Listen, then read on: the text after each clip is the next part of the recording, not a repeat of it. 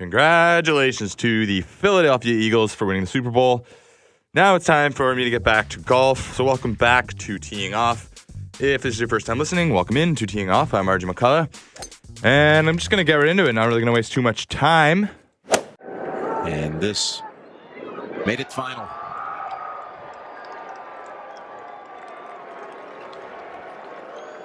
His first win as a father.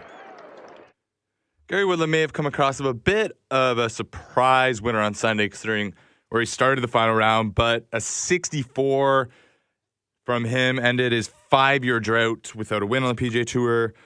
So good for him. Congratulations to Gary. He defeated Chez Reavie in a playoff. It was actually the 4th straight playoff on tour, which shows the ridiculous parity PGA Tour is working with right now. Phil Mickelson tied 5th, and Ricky Fowler and Jon Rahm tied for 11th. So that about sums up the leaderboard and all that. Just quickly, though, it was really glad to see Gary Woodland win. He obviously had a really, really tough year last year, both on and off the golf course. I believe him and his wife had twin daughters and lost one of them during childbirth. So that obviously took Gary away from the course for quite a while, and can't focus on golf when something like that's going on. So it was really, really good to see him get back into the winning circle.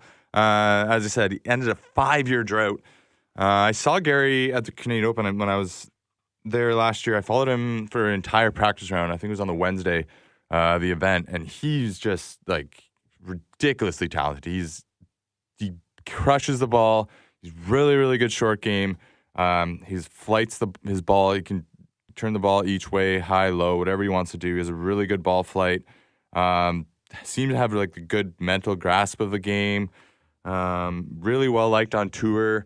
So it seemed like it was just a matter of time until he broke out. But obviously, with all that personal stuff going on in his life, it makes complete sense that last year wasn't exactly a great year. But he started off this year really, really well.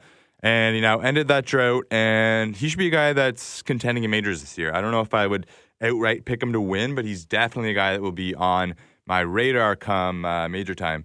So again, great win for Gary Woodland. On the negative side of things, it was a really tough end to the week for Ricky Fowler and Jon Rahm.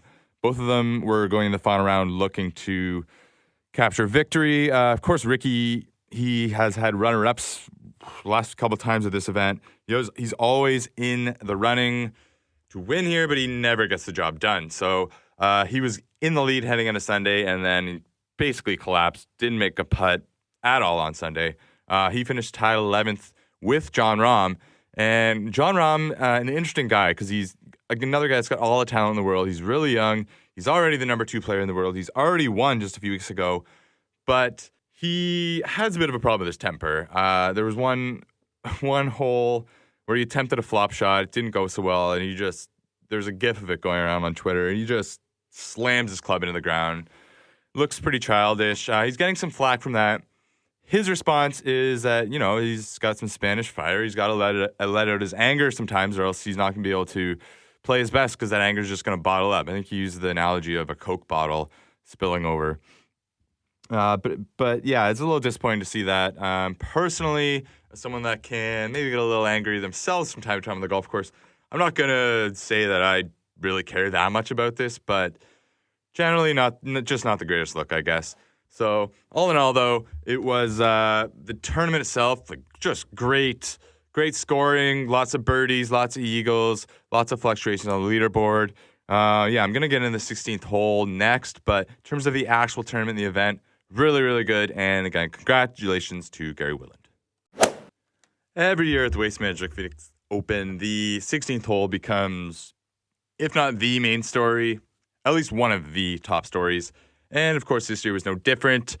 Positives, they set a record. The tournament set a record, a PGA Tour record, yet again, with over 719,000 fans attending the event throughout the week. For those who don't know, the 16th hole is par 3 that's just surrounded entirely by fans, just encapsulated by fans. I don't know what the exact number of fans that are on that one hole, but it is a lot.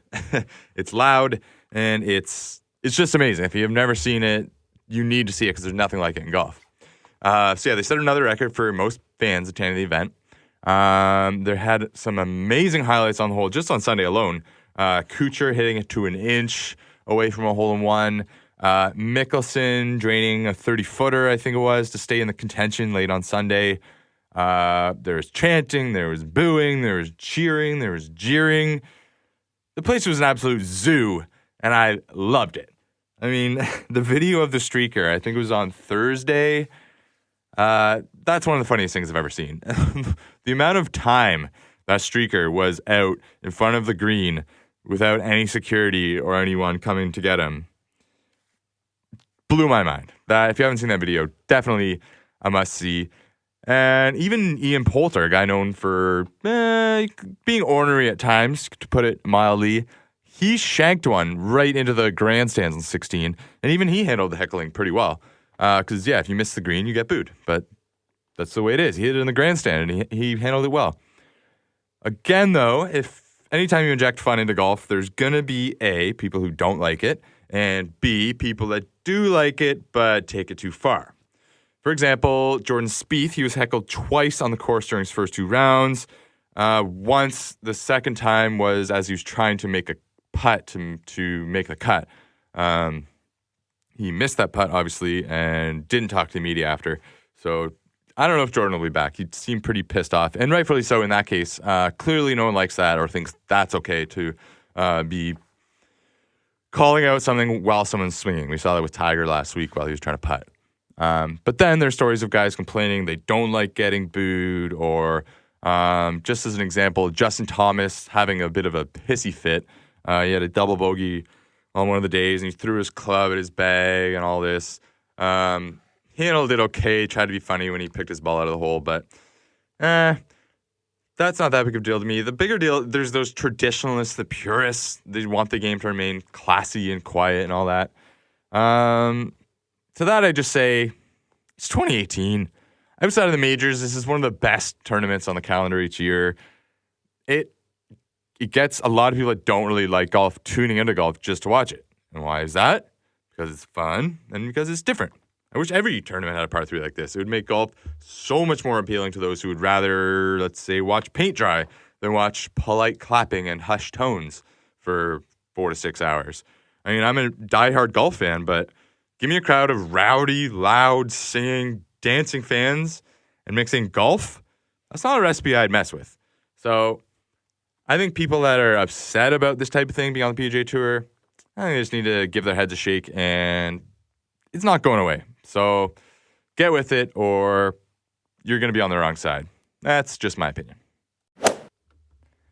Well, it wouldn't be a normal week if Donald Trump didn't try to insert himself into as many things as humanly possible, including golf. But this time it wasn't really his fault, I guess, sorta, kinda. Last week, Suzann Pettersson, a really good player on the LPGA Tour, and evidently a regular golf partner of Donald Trump, well, she told a Norwegian newspaper that Donald Trump is actually a good golfer, but that he cheats like hell. Of course, that comment went viral, as anything Trump-related does these days. And then Pettersson denied saying that, calling it fake news, as one would. But this is where she got caught. The interview was recorded, and the outlet backed up their claims, quoting Pettersson as saying, and I quote, "He always says he's the world's best putter, but in all the times I've played with him, he's never come close to breaking 80. What's strange is that every time I talk to him, he says he's just golfed to 69, or that he set a new course record or won a club championship someplace. I just laugh." End quote. Yeah, that sounds like good old Donnie to me. I'm not going to spend too much time on this story, but I do think it's a really interesting look at the USGA, and it will definitely have an impact on the future of the PGA Tour going forward. I don't know how quickly, but anyways, long story short, the USGA has officially made it their public stance that they are not happy with how far the golf ball is going and that the effect that is having on the game of golf. USGA Chief Mike Davis was one of the guys who spoke up, saying the current state of things puts too much pressure on the courses, how much land they need, the costs, trying to make courses tough, but at the same time playable for non-pros. And that simply, quote, distance is not good for the game. And he posed the question, what good has it done? A statement from the incoming USGA president agreed with that, basically saying the issue needs to be addressed. So clearly this is something that's on the tour's radar at a very high up level, as high up as you can go. So as I said, expect to see changes in the next couple of years, either the ball or the clubs that the pros can use. So yes, I expect that. But simultaneously, I'm worried and curious, how is this going to work? If tour pros are playing different clubs or different balls than others, like at what point do players have to make that switch? Is it in college? Is it when they get the web.com tour? Do they do this on the European tour? Where is this something that goes across everyone? Like, recreational golfers obviously aren't going to take this up, but that seems kind of strange to be having a recreational golfer that can hit his drives 50 yards further than a pro golfer. Again, I understand that it would be like a rolled back ball, but the whole thing just opens up a ton of questions. So I'm going to follow this one as it develops. I don't even really have a prediction at this point because there's just way too many unknowns at this point. But again, I definitely expect some changes in the next couple of seasons regarding this. This week, we have another fan favorite tourney coming off the Waste Management Phoenix Open last week. We have the AT&T Pebble Beach National Pro-Am.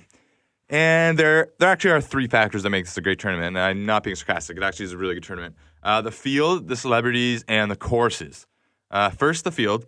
Jordan Spieth won the tournament last year. He's going to defend his title along with the only two guys ranked ahead of him in the world golf rankings, which would be Dustin Johnson, number 1, and Jon Rahm, number 2. There's a ton of other big names. Let's see, Rory McIlroy and Jason Day are in there. And then there's the celebrities. There's a lot of celebrities. Guys like Toby Keith, Bill Murray, Josh Duhamel, Ray Romano, Darius Rucker. So that'll be really entertaining. There's a bunch of athletes competing as well. Larry Fitzgerald, Wayne Gretzky, Aaron Rodgers, Tony Romo, Alex Smith, and Justin Verlander, which begs the question, is Kate Upton going to make an appearance? But regardless, with all of those football players, I think it's a pretty safe bet. There will be a little bit of dancing on the Patriots' graves, but that, either way, it's going to be funny to see the celebrities and the athletes teeing it up in what is certainly not their element. And the third element that makes the tournament great, the courses. Guys are going to rotate. The first 3 rounds will rotate between Pebble Beach, Spyglass Hill, and the short course at Monterey Peninsula Country Club. And then everyone that makes to the final day, they'll wrap up by playing their 4th round at Pebble. That is some bucket list shit, just playing those 3 courses alone. Never mind with celebrities and athletes and all this stuff on the PGA Tour. That's next level.